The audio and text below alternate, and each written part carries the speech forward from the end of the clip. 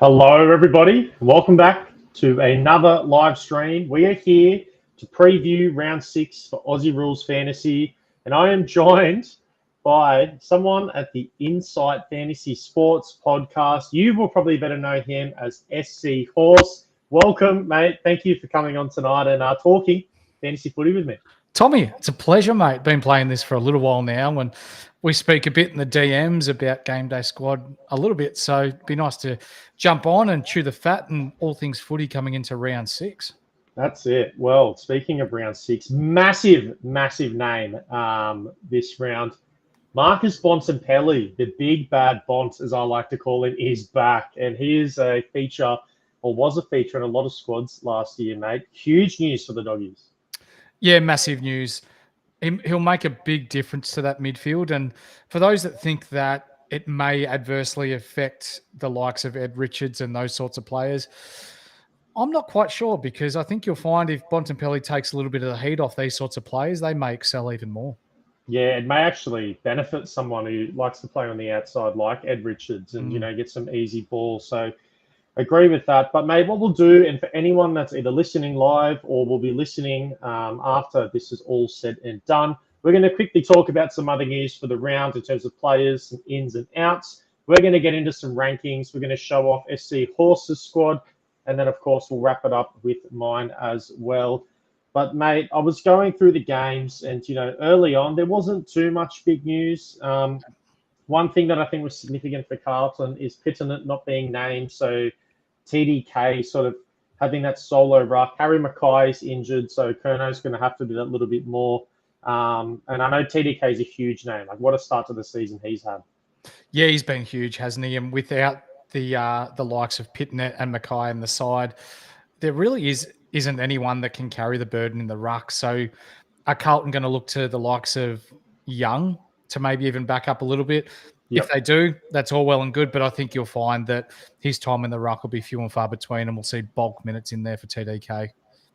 Yeah, mate, spot on. And it's good to hear that for anyone who will be starting him.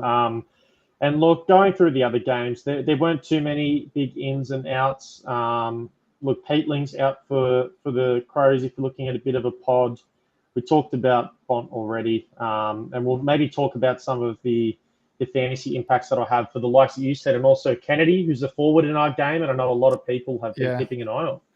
I like the fact that you brought up Peatling, mate. I think Saligo is going to benefit the most from Peatling being out, just probably a little bit more inside mid-time there that Peatling was getting. He was getting his 40% CBAs. So if you're looking for a couple extra points with your tackles and your disposals, then I reckon Slug, as we know him as, is your man for this round. And look, in saying that, he's had a pretty ripper start to the year. He's currently got an average of 116 fantasy points in our game. And according to our stats center, that'll sit him around the 15th ranked midfielder in terms of average. And if you're saying we can expect an uptick even more, then wow, he's in for, or could be in for a great round against a tough team from the Giants. 100%. Yep. Alrighty, mate, let's get into my ranking. So I'm going to start off down back and then we'll move it and push it up forward as we go. But here are my defender rankings for round 6. I've got 2 little locks on Whitfield and Zorko. I'm just never confident in fading either. I think they're matchup proof, and with the amount of, just their play style, I won't get into it too much more. These are some of the cards that if you don't have, these are some of the first ones I would be hunting in your defense.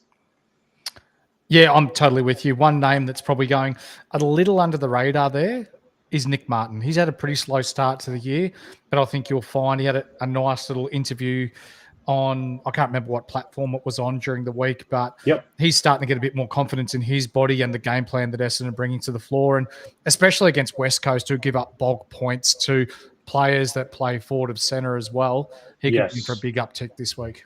Well, yeah, I know a lot of people in the community were talking about Nick Martin. I actually had him in my best 7 last round, and people thought it was a little silly. We hadn't seen enough. And then I have a feeling a lot more people this round, after dropping 141 points, might be a little more confident in, as you said, a really positive matchup with West Coast. But Wanganeen-Miller and Sinclair, I just can't split them.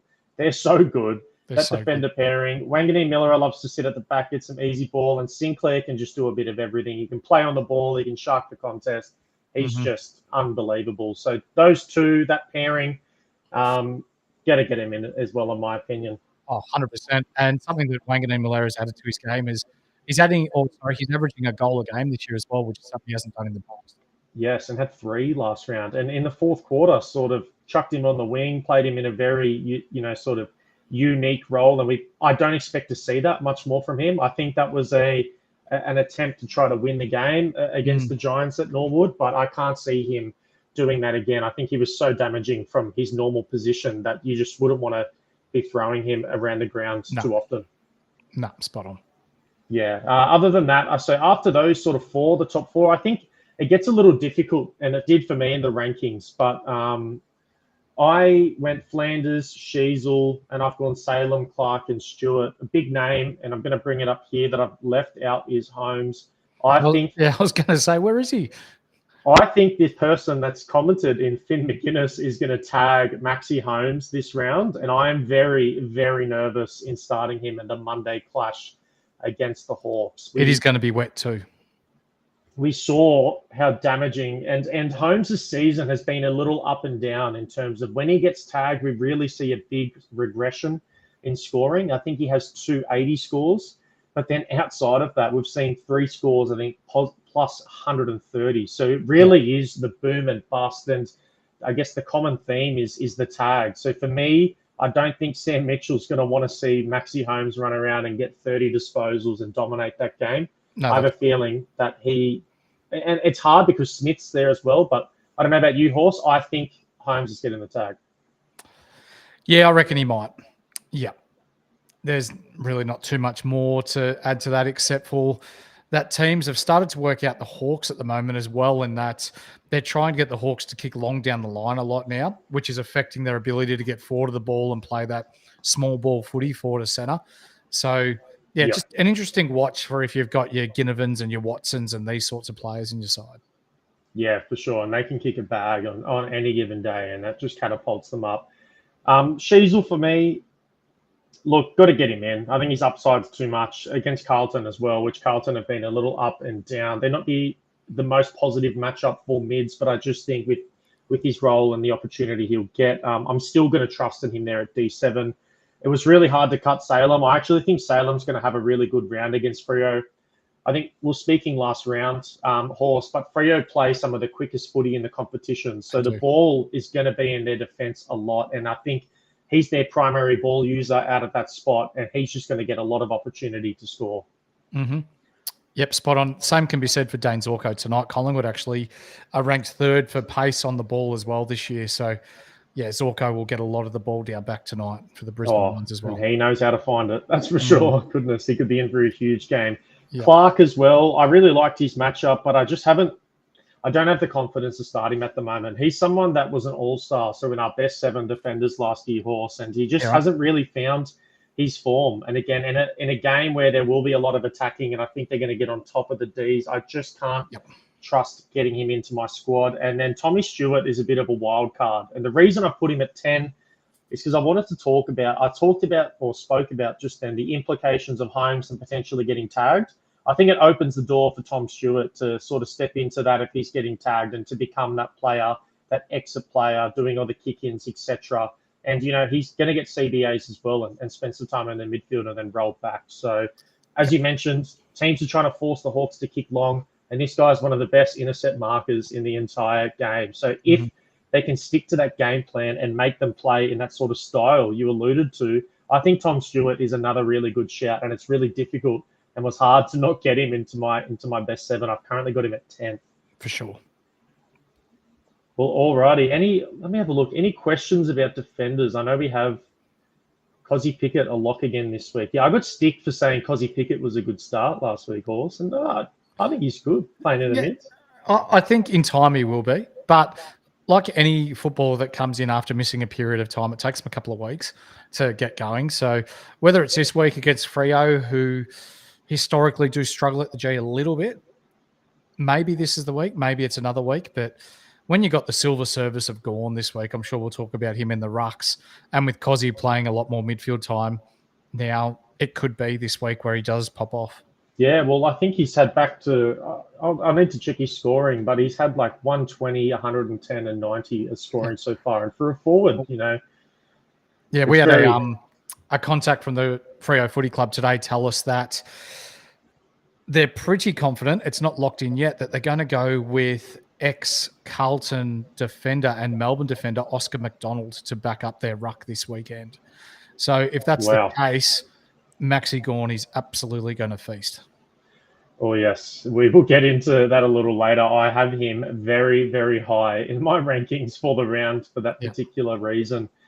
I guess this is a good... I'm not sure if we exactly touched on this. Does Bont affect Kennedy or Libba? What do you think there, Horse? Maybe Kennedy a little bit, because Kennedy has been starting forward of centre and then rotating through on ball. I still think Kennedy's going to get his CBAs. Libba, it will not affect him at all. No, in fact, it may even help Libba because it gives him someone to get the ball to on the outside. So Kennedy maybe, but Libba definitely not. Yeah, and Kennedy, I guess, a little safer of an option to go with as he's a forward. So he's still going to have some great upside. Still, expect him to be rolling through that middle. Just maybe, we've seen him around that 105, 115 point mark to start this year. And we could see a little regression there and just, I guess, trying to find his place in this new midfield now with their superstar, Bont being back. Cal here, he's currently ranked first in Classic, just by the way, Horse. But he said, finally, an expert on the show, mate, having you on. Thank you for joining again. Way to make me blush, Cal. Cheers, mate. And I see that he's put in the comments too, you're one player short. Jaden Short doesn't belong in the top 10, mate. Well, I've been riding Short for a couple of rounds, but mainly due to matchups. But I actually agree. And the reason I don't have him is I don't think he's in our top 10 defenders for this round. Yeah. Midfielders. Big name. Must start. Must play. The best matchup in footy. Zach Merritt, get him into your squad. And I think you start there. That should be your M1. And then anything else is up for debate this round, in my opinion. Yep. I'm 100% with you. Not going to argue with you at all. He's unbelievable. And we've seen him play and score over 130 with a tag. He's going to have the reins to just run around, score as many points as possible. And the reason why we like Nick Martin is going to be the exact same reason as why we're liking Zachy Merritt. He's going to run amok. After that, I still am going with Jordan Dawson. I've had him sort of in my top 3, top 4 range, and I was a little nervous because the Giants matchup, is tough, but I can't see Bedford going to Dawson. I don't think he's going to get the tag, and having a look at some of the numbers, the past couple of times that Dawson's actually played the Giants, they're some of his better performing games. So I think the Crows are going to need their captain to step up. They're playing at home. Dawson also loves playing at home. He does. Definitely, we see an uptick in performance there. So I think this is one of the players people might be a little nervous in starting. Yeah. Are you feeling the same way, Horse? Or are you going to start Dawson with confidence? If Dawson plays in the midfield, I actually think Bedford will go to him. Just with some of the little snippets that we've heard out of Kingsley this week. Yeah. If Dawson goes to a wing, then you probably won't see Bedford go to him just because they like Bedford in and around the ball. So it'll be interesting to see how Matty Nix tries to use Dawson this week. But again, a sneaky for my top 10 this week could be Saligo. He's been on fire this year, and without Peatling this week, just a little sneaky option if you've got him. And what a great pod. I can't imagine too many people are going to be starting with a Saligo or having there. So if he does go nuclear, which we have seen this season, that's going to be a great shout and a great start.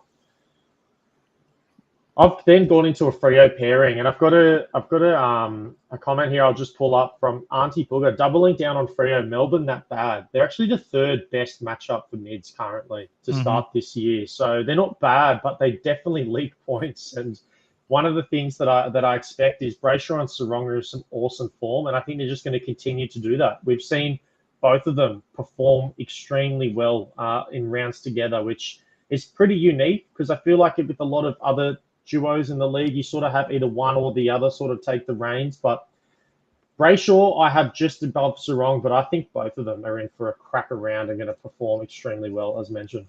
Brayshaw's been legit so far this year. He's been phenomenal and maybe up there in the Brownlow votes for if it was to stop right now. So absolutely. From a footballing point of view, he's been legitimately on fire. Caleb Sarong, he started games slowly, but has come on as the game's gone on.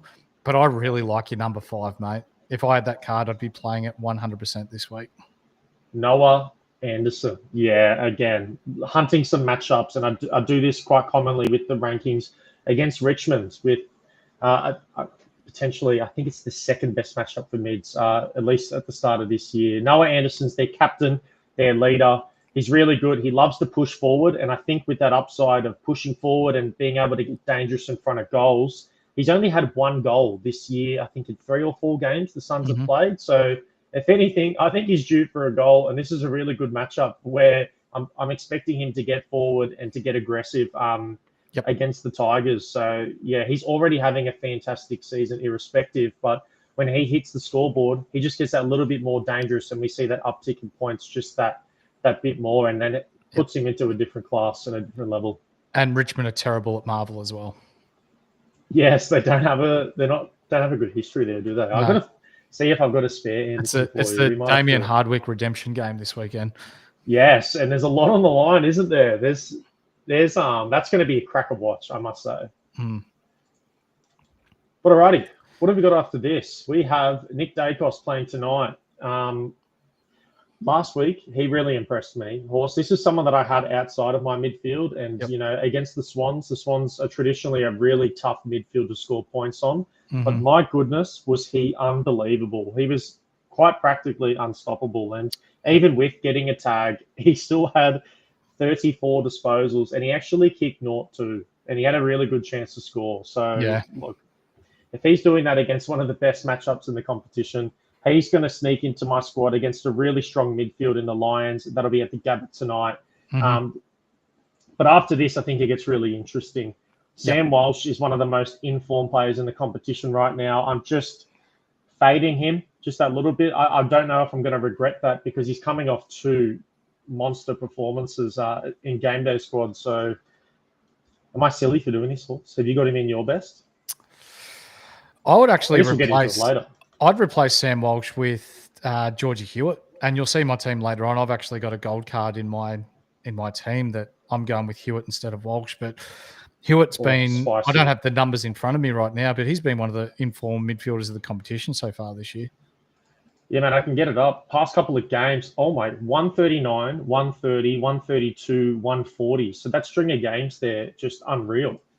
Yeah, and against a Kangaroos team that they are tough-ish to play against, but TDK against a hampered Cherry with that hamstring might be nice for the Carlton midfielders there. Yeah, absolutely. Yeah, Cal brings up a good point, mate. Where's Rosie? It's a good reason. I don't have Rosie here, and I think it's the tag. I think James Jordan goes straight to Connor Rosie this round. I don't think he's going to stay in the guts. He's going to play that forward role, and if he's on the halfback, he's just going to stick with him. I got some stats for you, mate. So over the course of the past month, for players that tag, James Jordan is ranked last for effectiveness against the tag or the tagger. So, yeah. Not scared of the tag at all.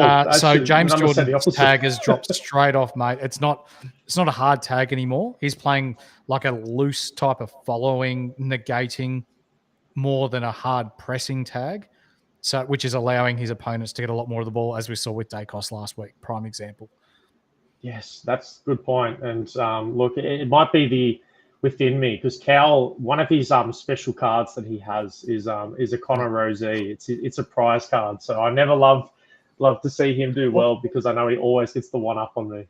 I see Finn McGuinness in the chat. James Jordan last seen Adelaide Oval searching for Nick Dacos. You're right. If you saw the pre-game tonight with Nick Dacos, while he was getting changed, he took his wallet, his keys, and James Jordan out of his pockets, mate. And then he says, "Get a real tiger." Yeah, fair enough. We need you. We need you out there, and then maybe it'll be more effective. Finn, but 20 kilos ago and 2 hamstrings ago. Yeah. After this. Yeah, I like Tom Green, mate. This is a really nice shout, and he's hasn't really been spoken about too much this year, has he? No, and I before the season started said that. I said that I think he's in for a bounce back year. I think people were a little disappointed. He was one of those dynasty prospects that we've been eyeing off. People have been, really invested into Tom Green and taking over that midfield, becoming the number 1 primary player. And 2024 just didn't see him, I think, perform to the level that a lot of people expected. But this year, he started a little slow, but in the past 2 games, he's had 139, 128, 122 average for the year. And if I just go over to midfielders, it puts him in the top 10 of all midfielders in terms of average for the season. He's their superstar in the mids and in the guts. He's versing the Crows, which is going to be a really good battle. But I think Tom Green is a player that people are sleeping on a little bit too much. And it's time to start starting him with a lot more confidence and getting him into your sort of best midfielders every round. Yep, I'm with you. So not this round. I think the Crows might be a little bit a tougher of a task, but there are going to be many weeks, and like last week where I started Tom Green and I was super happy with his performance. Dunkley's just Dunkley. He's so safe. Like I just can't see. Yeah. He doesn't have the same upside as some of the other mids, although he did start this year, I think, with 158 fantasy points. But if you just want someone to put into your midfield where you know you're going to get a real safe and a good score, you're not looking for the upside, he's actually the perfect candidate. And he's playing tonight at home at the Gabba. So get him in if that's what you're looking for. And then Matty Rowell, just a bit of a pod play. I like to sort of chuck a pod or somewhat of difference at the end. And, you know, we spoke about that Tigers matchup in the midfield. And Matty Rowell's one of those players who's sneakily been having a really good year as well. We've seen him go extremely well in some more positive matchups. And he's just a ball hungry. Yeah. He wins the middle. He's a contested player for them. But he's added some outside game too to his game. Yeah, 100. He's had a goal last game.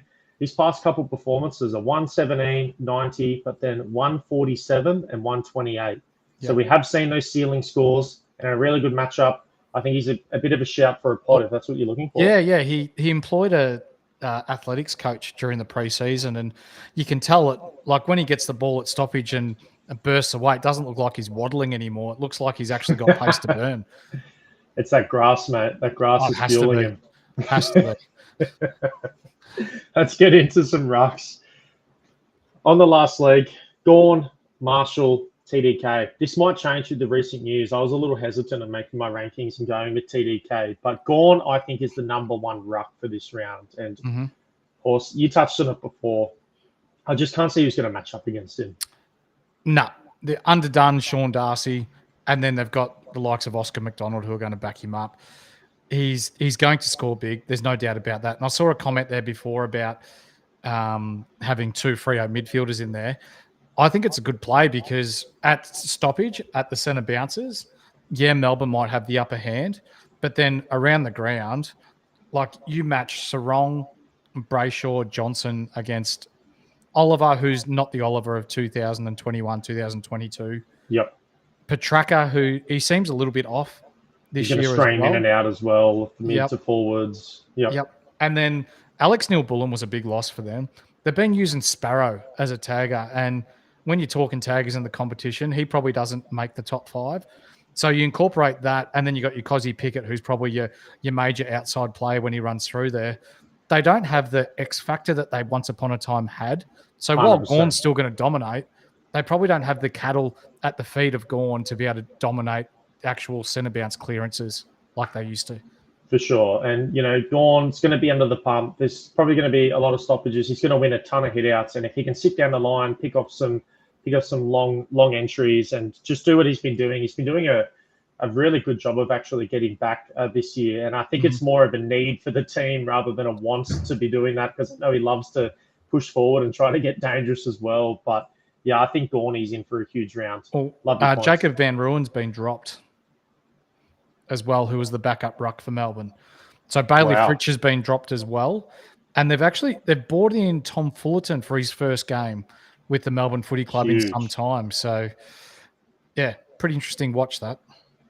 Definitely one to watch. But after that, I went Marshall because the Bulldogs, although they have Tim English, they've been leaking a bit of points to rucks this year. It's sort of one of those games where both of them I expect will score well, but I think Marshall will definitely get the upper hand and just score that little bit better. Yep. But with the recent news, I might make a live audible and actually go TDK to 2, Rowan Marshall to 3, and I'll be making that substitution once our live show is said and done. As you mentioned, he's going to be playing pretty much full-time ruck. He's one of the fittest rucks in the competition. He gets around the ground, and Cherry is definitely underdone. as you mentioned, he's definitely playing through an injury. He doesn't look like himself. And if you're trying to keep up with someone like TDK, you're going to have a rough day. 100%. Mate, I'm going to mention someone that you don't have in here, and that's Lloyd Meek. He, as per our statistics and data within our database, he's got the best matchup for rucks coming into their bye. So for the next 6 weeks, he's got the easiest run for rucks. Oh, how good.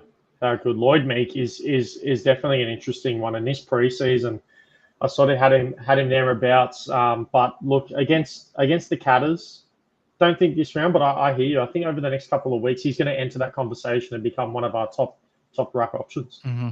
For sure.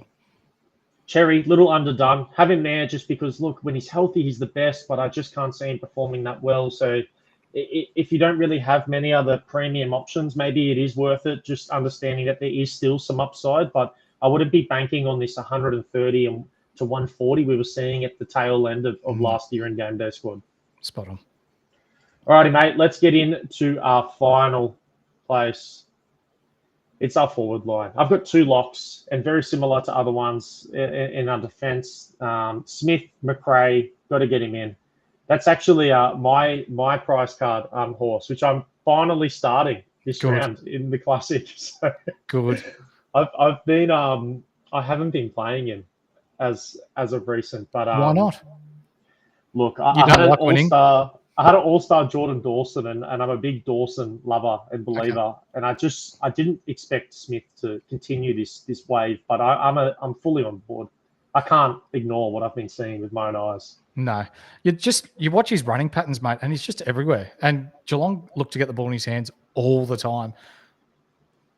Exactly. And the thing I was thinking about is, potential tag coming in, but who can run with Bailey Smith? When you watch him play, like, I don't know if it's worth actually sending a tagger because I don't know how much you'll nullify his impact.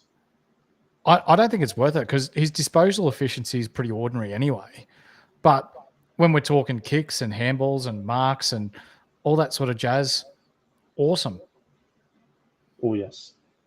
Yeah, and McRae just had a bad round last round, but I just think that was a redemption game. Redemption. Bounce back. We're going to see him come back to his best. He's going to give the double Harley Reid to Bevo after the Saints beat the Dogs this week. Yes. The double Smith, or the Smith as well, coming out of the tunnel. How good. All of that, yeah. So good. That's a good question, actually. Darcy Cameron. He's had a great start to the year. In terms of rucks, I guess the reason I left him out of my top 5 is because the big O tonight. He's a restrictive ruckman, yeah. He likes to nullify the impact of opposition rucks, and he never really scores too well himself, but he makes sure that he equals the contest and at least he puts his best foot in. And sometimes that leads to some big games, but I wouldn't be banking on the big O to not have a crack tonight and try to impact with Darcy Cameron. Alrighty, let's get into it. Toby Green, wow. He's one of these players. 2023, amazing year. 2024, at least in GameDay Squad for our forward line, everyone was super high early. Everyone just lost the faith, lost their, just starting him and getting him into their best. And then to start this year, Toby Green has been unbelievable. I think he's nearly heading back to his best form and almost being sort of matchup proof because he can kick a bag. He's getting super high disposals a game. Over the past 4 games, he is averaging, 14 kicks per game, and he's averaging 3 goals a game over that period as well. So if you're in that sort of form, you're that type of player, you're getting some looks in the guts at times, and then also you have the ability to push forward and be one of the most damaging players in front of goals. He's now jumped up to 3rd for me. He's sort of been sitting around 7 to 6 most weeks horse, but yeah, the upside is just too much, and he's averaging 120, which is one of the best. He's in all-Australian form. Yeah, spot on. The next, Simpkin, playing in the midfield, I think he's up, when we look at matchups and we look at positive ones, I think Simpkin sort of breaks the mold a little because the opportunity for him to score is just going to be so good every single round. He's just spending so much time in that midfield. Mm-hmm. I know the Kangas are still a little down in terms of some players, like they're expecting a couple to still come back, and that might start impacting Simpkin's fantasy scoring. George Wardlaw back this week, apparently. and one of the players that may impact that. So we're going to have to look at that sort of dynamic, and does he spend more time forward? Because if he starts it, then I do see him sort of slipping out of one of the best. But for now, still there. But my number 5 is a player that I think is going to go nuts. And I had to think about it. I was looking at the teams. I was like, who do I put in my forward line? And I had a look at St Kilda, and I thought, who is going to stand next to Darcy and be even close to being able to spoil some of the attempts that he's going to have at mark? And there was an interesting stat from last round. I'd have to check with the lineups now, but the tallest player for the Saints was 191. Like, yeah, right. For last round that started. So we could see Darcy just tower over everyone in this game and just do what he does best. He takes contested marks. He takes them in really good spots inside the forward 50, and then he gets damaging in front of goals. Or Sam Darcy, sorry, not Sean. But yeah, I think he's in for a big round. He has an average of 112. Is he someone that you've been looking for, Horse? I've played him every week. Yeah, love him, rate him. He's going to be, Champion Data have him as the number 1 ranked player since the middle of last year. Him and Riley Thilthorpe, as of last week, were 1 and 2. Wow. 2 key forwards. How impressive. And, can kick a bag and takes a lot of marks because of his ability to tower over people and to control his body in the air, and then also leads to a lot of kicks. And it's the perfect combination for a key forward. You just want marks, kicks, and goals. And he does that all at some of the most elite level in the game currently. So He's number 5. My number 6, I'm really keen for, Mason Wood. I think didn't have the best round last round, but he's in a really positive matchup this round against the Doggies. He spent a little bit of time on the wing. He's going to get an opportunity to run through the middle, but he does push forward and he does get shots on goals. And I do expect him to hit the scoreboard this game and to get sort of that 15-plus kicks, and I think that's going to be the mark that we're looking for. If we can get a goal, 15-plus kicks, then we're in for a great Mason Wood game. Yep, for sure. And Caleb Daniel, just playing out of the defence, too much upside. I can't, although I wanted to sort of fade him, and it's hard to not play Horn Francis, Pickett, and even Thilthorpe, the key forward you just mentioned, is one of the best in the competition at the moment. Yeah. Caleb Daniel, one of the few blokes that makes you look tall, Tommy. Nice work. He does, it's true. I think he can make most players look pretty tall, but he'll get out there. He'll have a crack, and he didn't have as many kick-ins last week. Having a look at some of the numbers, but I don't think he's leading the team in kick-ins for the year. Doesn't matter. Nah, doesn't matter. When they were kicking out, regardless of who it was, they were looking to get the ball in his hands anyway. Exactly. And you see that switch kick when they're chip kicking around the back line and looking for someone to use the ball coming out of D50 and hitting those 45s, which is the diagonal kick to try and be attacking in today's day and age. Yeah, it's coming off the boot of Caleb Daniel. So exactly right. They're just going to him all the time. Opportunity will be plentiful in this game, and I expect him to still score well. And he's just got such a high floor for a forward, and in a position that can be a little harder to pick some rounds, that it's really hard to fade him in any given matchup. That's right. Up 8, 9, and 10, Horn Francis, Pickett, both people who will be playing through the midfield. Horn Francis was interesting to leave out because I'm really optimistic for his season and the outlook of his year after last round. Seeing Rosie go to the half forward, it just meant that Horn Francis and Butters are just going to have more opportunity to dominate in that midfield, and we'll still expect him to push forward at times. But I think he's going to be one of the best forwards in performance for the remainder of the year. I just think with the Swans this round in particular, I didn't want to get him in my best 7, and I want to fade him, and I think a lot of people will be jumping at it. Yeah, Horn Francis loves an ice bath, doesn't he? He's soft. He does. Don't say that to Cal. I think Cal's watching. That's his one of his love interests. But I agree. Cal. He is a little soft, and in this round against the tough midfield in the Swans, probably not the matchup for me that I'm looking for, and I'd rather go elsewhere. Yep, for sure.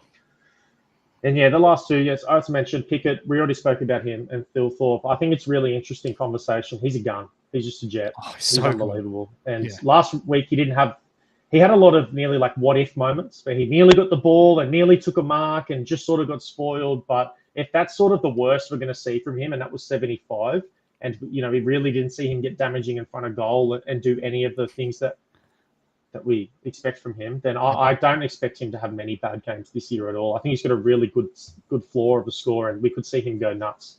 For sure. Well, alrighty. That's going to wrap us up for my rankings. We have got your squad that I'm going to pull up now. You'll be able to quickly take us through it and look at the man in the middle right there. Yeah, 100%, mate. So we'll go from the back line. I've got Dane Zorko. I think he's going to light it up tonight. Just a massive user of the ball. Points galore. I'm actually playing Jaden Short just because I like Cal, not because I like Jaden Short. Lockie Whitfield, he's just, ever since round 8 last year where Kingsley came out and said that they're going to look to get the ball in Lockie Whitfield's hands as much as they can, bloody awesome. Just go for days. He'll have a bounce-back game this week. It was a bit quieter last week. Wanganeen Malera, Sard, Maxi Holmes. There's a bit of a common theme with my back line, and is that they're all running defenders that like using the ball. Lockie Aish is in there as well. He's had a really good start the year, as you can see there, 127 points. He's averaging for the year 146 last year.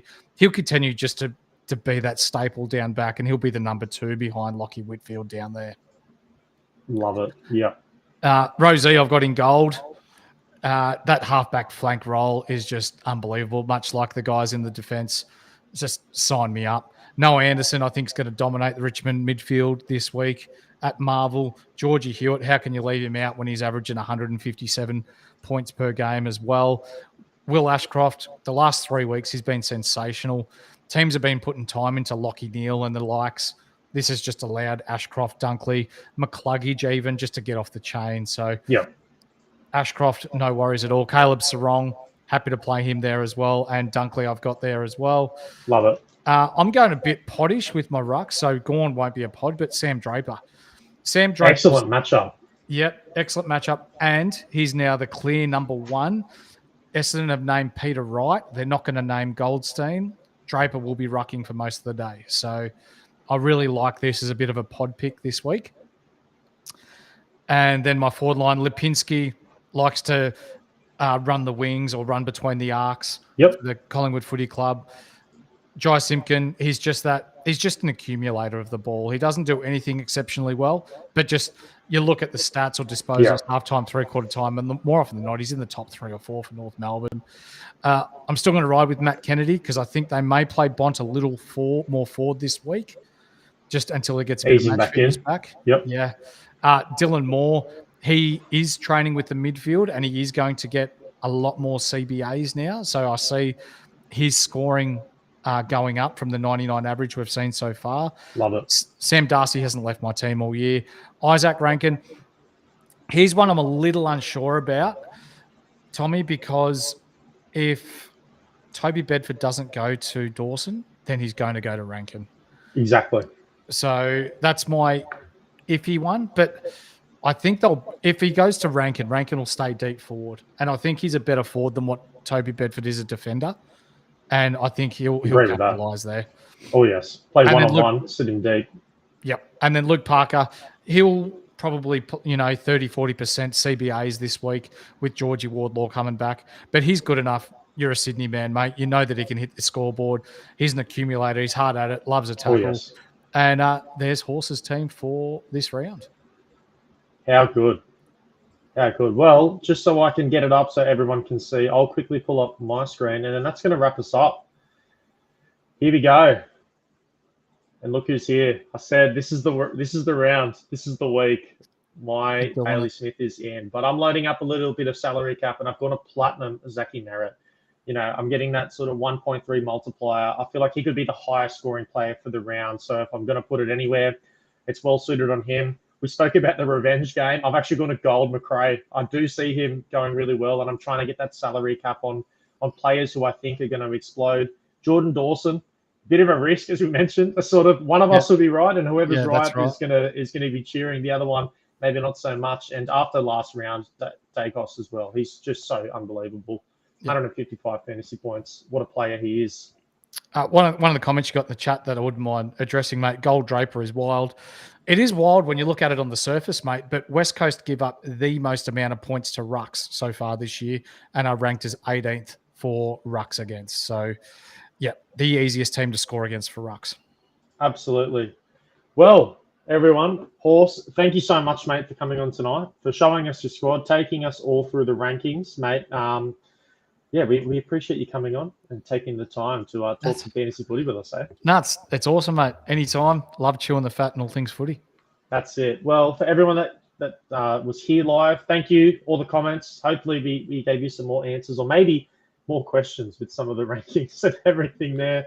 If you do have any last minute ones, definitely chuck them in the Discord. I'll be around to answer anything. But the best of luck for round 6.